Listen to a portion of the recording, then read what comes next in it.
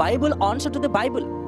బైబుల్లో దేవుడు వ్రాయించిన మాటలకు ఒకటి కలపకూడదు, ఒకటి తీయకూడదు. ఎందుకంటే ప్రకటన గ్రంథం అనగానే జాగ్రత్తగా మనం ఆలోచన చేయాలి. సంఖ్యల రూపంలో ఉన్న, వస్తువుల రూపంలో ఉన్న, జంతువుల రూపంలో ఉన్న వాటి భావాన్ని మనం ఆలోచించాలి. వాటి భావాన్ని మనం ఆలోచించినప్పుడే, ఆ వాక్య భావాన్ని మనం గ్రహించినప్పుడే మనకు అర్థమవుతుంది. ఉదాహరణ, యేసుక్రీస్తు వారు మాట్లాడుతూ అనేక సంగతులు ఉపమాన రీతిలో చెప్పాడు. పరలోక సంబంధమైన సంగతులను, భూమి మీద కనబడుతున్నటువంటి అనేక వస్తువులను చూపించి పరలోక సంబంధమైన సంగతులను యేసుక్రీస్తు వారు చెప్పడం మనందరికీ తెలుసు. ఒక పరలోకాన్ని చేపల పట్టు వలతో పోల్చాడు. ఆ వల పరలోకాన్ని పోలుస్తున్నట్టుగా మనకు కనబడుతుంది. అంటే ఏంటి అర్థం? ఏమంటే పరలోకం అంటే ఒక వల లాంటిది అని మనం వలను తీసుకోవడం కాదు, అందులో ఉన్న భావాన్ని మనం ఆలోచించాలి.